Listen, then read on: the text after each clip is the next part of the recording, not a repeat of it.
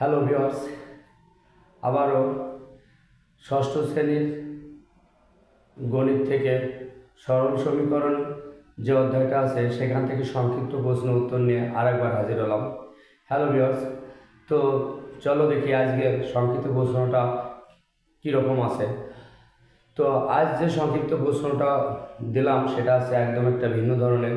সেটা এরকম যে পিতার বর্তমান বয়স পুত্রের বর্তমান বয়সের 7 গুণ, তাদের বয়সের সমষ্টি 56 বছর, পিতার বয়স এক চলক বিশিষ্ট সরল সমীকরণ মাধ্যমে নির্ণয় করো। এই এই প্রশ্নটা যদি এরকম থাকতো যে পিতার বর্তমান বয়স পুত্রের বর্তমান বয়সের 7 গুণ, তাদের বয়সের সমষ্টি 56 বছর, পিতার বয়স নির্ণয় করো, কিন্তু সেভাবে না দিয়ে এখানে বলা আছে যে পিতার বয়সটা যে বের করতে হবে এবং সেটা এক চলক বিশিষ্ট সরল সমীকরণের মাধ্যমে। তো হ্যালো ভিউয়ার্স, তো বলে রাখি যে এক চলক বিশিষ্ট সরল সমীকরণ কি। আমরা জানি সাধারণত যে একটা সমীকরণে চলক, প্রক্রিয়া চিহ্ন এবং সমান চিহ্ন এই তিনটা উপস্থিত থাকে, অর্থাৎ চলক, সমান চিহ্ন এবং প্রক্রিয়া চিহ্ন বিশিষ্ট সমীকরণকে বলা মানে যে সমীকরণটা গঠিত হয় সেটা হচ্ছে সরল সমীকরণ, অর্থাৎ এবং সেই সরল সমীকরণটা হতে হবে বলা হচ্ছে যে এক চলক বিশিষ্ট, অর্থাৎ এখানে এক্স ওয়াই জেড থাকতে পারবে না, শুধুমাত্র একটা চলকই থাকতে হবে, অর্থাৎ এখানে হয় এক্স না হলে ওয়াই।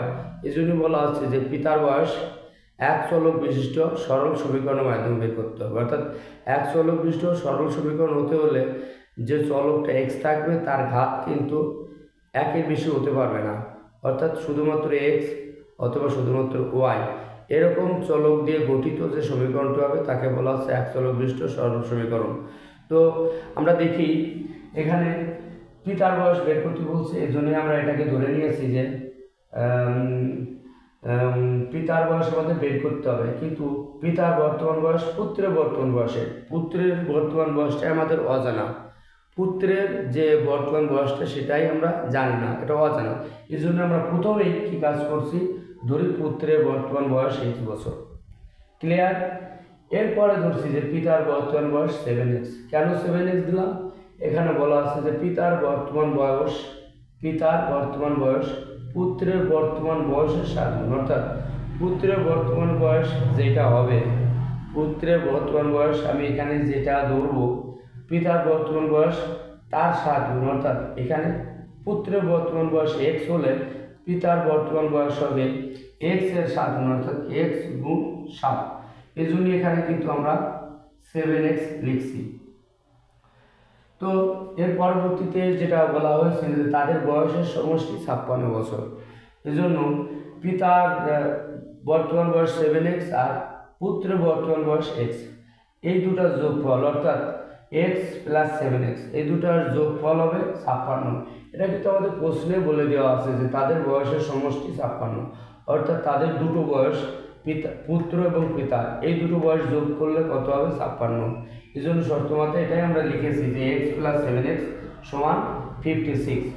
এখন এই এক্স প্লাস 7x এটা যোগ করলে 8x হয়, আর ডান পাশে 56, এরপরে এই 8x আছে। আমরা কিন্তু শুধু চাচ্ছি যে এক্স এর মান বের করতে, অর্থাৎ একটা অজানা রাশি যেটা আছে পুত্রের বর্তমান বয়স ধরছিলাম এক্স, সেই এক্স এর মানটাই বের করতে হবে। এর জন্য 8x থেকে 8 যেহেতু এক্স এর সাথে গুণ আছে এই জন্য ডাইনে গিয়ে এটা ভাগ হবে, তো 8 দিয়ে যদি 56কে ভাগ করা হয় 7 8 56, তো এক্স সমান 56 হয়ে গেল। এখানেও কিন্তু শেষ হবে না, যেহেতু এক্সটা ধরা হয়েছে পুত্রের বয়স, এজন্য আমার বের করতে হবে পিতার বর্তমান বয়সটা বের করতে হবে, এবং সেটা এক চলক বিশিষ্ট সরল সমীকরণের মাধ্যমে। তাহলে পিতার বর্তমান বয়সটা কত? পুত্রের বয়স যেটা বের হবে তার সাথে আরও 7 গুণ হবে, কারণ এখানে বলাই আছে যে পিতার বর্তমান বয়স 7x, অর্থাৎ 7 ইন্টু এক্স এর যে মানটা 7, 7 ইন্টু এক্স এর মান 7, অর্থাৎ 7 ইন্টু 7, এটাই কিন্তু পিতার বর্তমান বয়স হবে, এবং এটা গুণ করলে হবে 49। তো প্রিয় শিক্ষার্থী, এই ধরনের নতুন নতুন প্রশ্ন আমরা নিয়মিত দিয়ে চলছি। এই ধরনের প্রশ্ন গুলো খুবই ইম্পর্টেন্ট, এবং এই ধরনের প্রশ্ন সংক্ষিপ্ত প্রশ্নের মধ্যে হয়তো আসার সম্ভাবনা থাকতেও পারে। তো প্রিয় শিক্ষার্থী, এই ধরনের নতুন নতুন ভিডিও পেতে আমাদের সাথেই থাকো। চ্যানেলটি সাবস্ক্রাইব করে সবার আগে এই ধরনের ভিডিও পেতে আমাকে সহযোগিতা করো। সবাইকে আরও একবার ধন্যবাদ। দুইটি সংখ্যার যোগফল ও অন্তরফল যথাক্রমে 54 এবং 16, সংখ্যা দুটি কত? এখানে বলা হয়েছে যে দুইটি সংখ্যার যোগফল এবং অন্তরফল মানে বিয়োগফল যথাক্রমে 54 এবং 16, অর্থাৎ 54 এবং 16, সংখ্যা দুটি কত? অর্থাৎ দুটো সংখ্যা একবার যোগ করলে হবে হচ্ছে 54, অর্থাৎ 54 এবং 16, এবং তাহলে সংখ্যা দুটি কত হবে? তাহলে যেহেতু আমরা জানি বীজগণিতে অজানা যে সংখ্যাগুলো আছে সেগুলোকে সাধারণত ধরে নিতে হয়। তো আমরা ধরে নিয়েছি যে দুইটি সংখ্যা এক্স ও ওয়াই। যেহেতু সংখ্যা দুটি কত, এই জন্য আমরা ধরে নিয়েছি, মনে করি সংখ্যা দুটি এক্স ও ওয়াই। তাহলে আমাদের শর্ত মতে কী হবে? বলা আছে সংখ্যা দুটির যোগফল হবে 54। এর জন্য আমি লিখছি এক্স প্লাস ওয়াই, অর্থাৎ প্রথম সংখ্যা এক্স, দ্বিতীয় সংখ্যা ওয়াই, এদের যোগফল হবে 54, এবং এক্স মাইনাস ওয়াই সমান হবে 16। এখন আমরা এই প্রথম যে সমীকরণটা, এটাকে আমরা 1 নম্বর সমীকরণ দিয়েছি, এটাকে ডট ডট দিয়ে দেখানো হয়েছে 1 নম্বর সমীকরণ, এবং দ্বিতীয় যে সমীকরণটা আছে এটাকে দেখানো হয়েছে 2 নম্বর সমীকরণ। তাহলে এবার আমরা 1 ও 2 থেকে সমাধান করে এখন এই এক্স এবং ওয়াই এর মান বের করতে হবে। তো প্রিয় শিক্ষার্থী,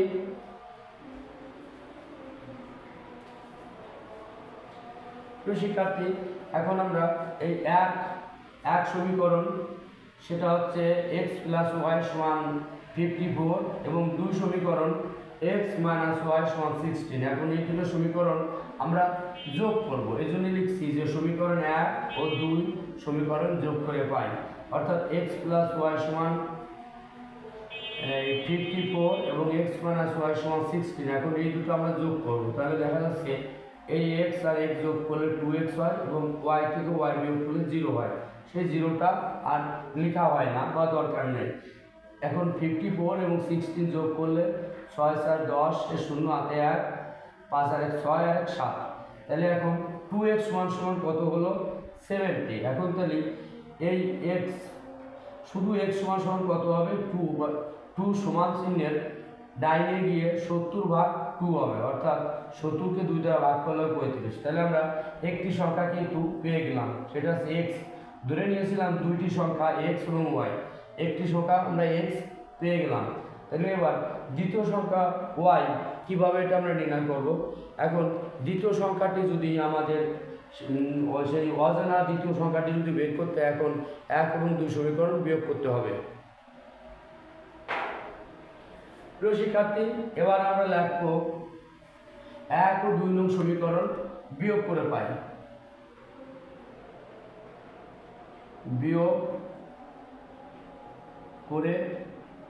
পাই, তাহলে এক সমীকরণ হবে আমাদের x প্লাস ওয়াই সমান 54, এবং x দ্বিতীয় সমীকরণ x মাইনাস ওয়াই সমান হবে 16। প্রিয় শিক্ষার্থী, আমরা জানি যে যদি উপর নিচেই সমীকরণ বা কোনো রাশি বিয়োগ করতে হয়, তাহলে আমরা চিহ্ন, এই দ্বিতীয়টার চিহ্ন পরিবর্তন করতে হয়। এই জন্য এই এক্স এর চিহ্নটা পরিবর্তন করেছি, এই ওয়াই চিহ্নটা পরিবর্তন করেছি, এবং এখানে চিহ্ন পরিবর্তন করেছি। তাহলে দেখা যাচ্ছে এখন আগের যে চিহ্নটা ছিল, অর্থাৎ এই ওয়াই চিহ্নটা ছিল আগে প্লাস, এখন হয়েছে আগে মাইনাস ছিল, এখন প্লাস হয়েছে, চিহ্ন পরিবর্তন হয়ে। এবং ঠিক একইভাবে এই এক্স এর চিহ্নটা ছিল আগে প্লাস, এখন সেটা পরিবর্তন হয়ে হয়েছে মাইনাস। তাহলে এখন এক্স এর ফাইনালি কিন্তু চিহ্নটা, প্রক্রিয়া চিহ্নটা মাইনাস, এবং একইভাবে ওয়াই এর চিহ্নটা হবে প্লাস, এবং 16 এর চিহ্নটা হবে মাইনাস। তাহলে আমরা দেখি এখন যোগ বিয়োগ করতে হবে। তাহলে এই এক্স থেকে এক্স যদি বিয়োগ করে তাহলে 0, সাধারণত 0 হলে লেখার কোনো প্রয়োজন নাই। এবার দেখি ওয়াই আর এই ওয়াই, নিচের যে ওয়াইটা দেওয়া হয়েছে এখানে প্রথম ওয়াইয়ের সাথে দ্বিতীয় ওয়াই যোগ হবে, কারণ দ্বিতীয় ওয়াইয়ের এখন চিহ্নটা প্লাস, এর জন্যই প্রথম ওয়াইয়ের সাথে এই দ্বিতীয় ওয়াইটা যোগ হবে। তাহলে আমরা এখন ওয়াই যোগ ওয়াই অর্থাৎ 2y এটা লিখতে পারি, এবং এই 54 প্লাস 16 যদি আমরা যোগ করি তাহলে এখানে 0, এখানে হবে 70, অর্থাৎ সরি এখানে যদি আমরা মাইনাস করি এই 54 থেকে 16 এটা মাইনাস করতে হবে, প্লাস না মাইনাস, যেহেতু এখানে ফাইনালি 16 চিহ্নটা আছে মাইনাস, তাহলে 6 আর কত 14 হয় 8 আর 6 14। আবার দেখাচ্ছি 6 আর কত 14 হয় 8 আর 6 14, হাতে 1 2 2 আর কত 5 হয় 3 হল। তো এখন আমরা শুধু y এর মান বের করতে চাচ্ছি, এই জন্য এই 2টা ওই পাশে যে এই সমান চিহ্নের ডাইনে যে ভাগ হবে, অর্থাৎ 38 ভাগ 2, তাহলে কত হবে আমরা জানি 19 দুগুণে 38। তাহলে প্রিয় শিক্ষার্থী দেখো y এর মানটাও কিন্তু বেরিয়ে গেল 19। তাহলে আমরা বলছিলাম যে দুইটি সংখ্যার যোগফল এবং অন্তরফল, আরেকটু বলে রাখি অন্তরফল মানে কিন্তু বিয়োগ, দুইটি সংখ্যার বিয়োগফল এবং অন্তরফল একই কথা।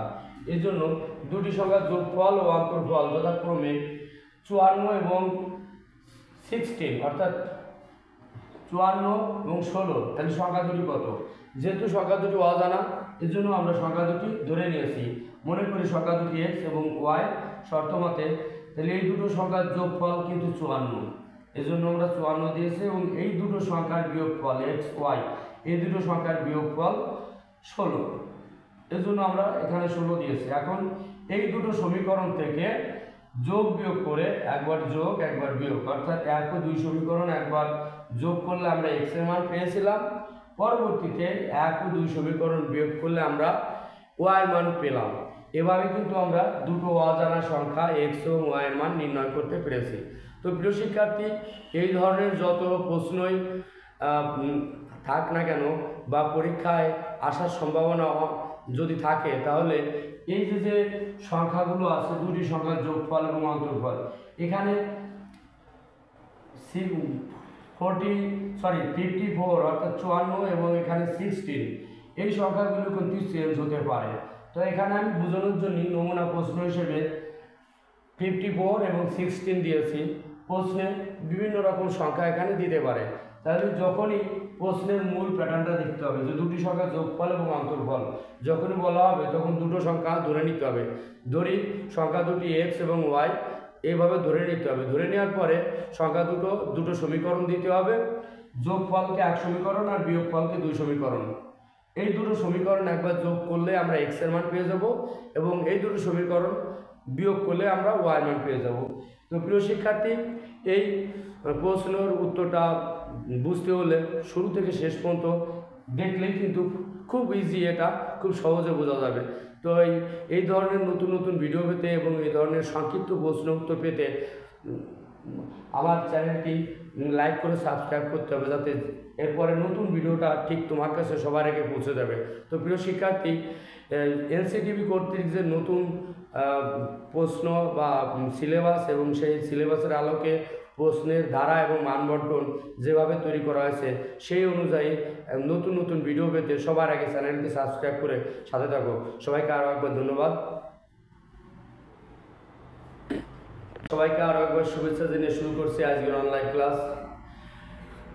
এনসিটিভি প্রদত্ত বার্ষিক পরীক্ষার সিলেবাস এবং প্রশ্নের ধারা ও মানবন্টন অনুযায়ী আজকে আমরা সংক্ষিপ্ত প্রশ্ন উত্তর নিয়ে তোমাদের সাথে থাকছি। প্রিয় শিক্ষার্থী, এই সরল সমীকরণ থেকে আজ আমরা সংক্ষিপ্ত প্রশ্ন উত্তর নিয়ে আমরা অনেকগুলো সমস্যা এবং তার সমাধান দেখাতে চলছি। প্রিয় শিক্ষার্থী, তাহলে শুরু করি। আজ আমরা দেখাবো সরল সমীকরণ থেকে একটি সংক্ষিপ্ত প্রশ্ন। সেই প্রশ্নটা এরকম আছে, 3টি ক্রমিক পূর্ণ বিজোড় সংখ্যার সমষ্টি 33। 3টি ক্রমিক পূর্ণ বিজোড় সংখ্যার সমষ্টি 33, ক্ষুদ্রতম সংখ্যাটি নির্ণয় করো।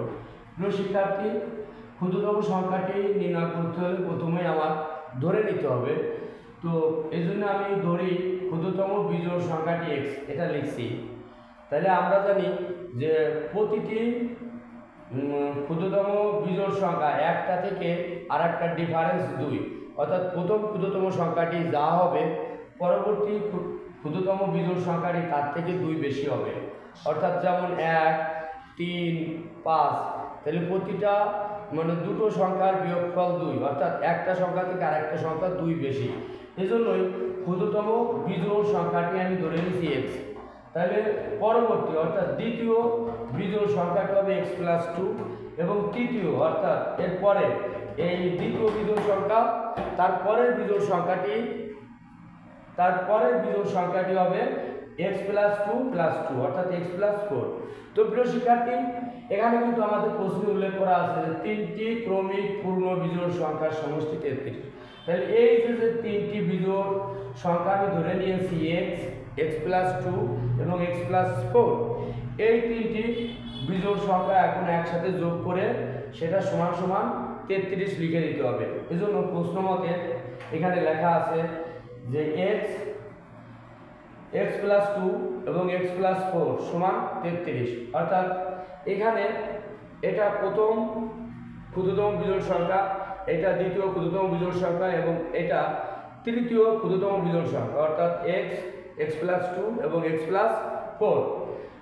এখন যদি আমরা এখানে x গুলো যোগ করি x, তাহলে আমরা 3x পাবো এবং এখানে 2 + 4 = 6 আর ডান পাশে আছে 33।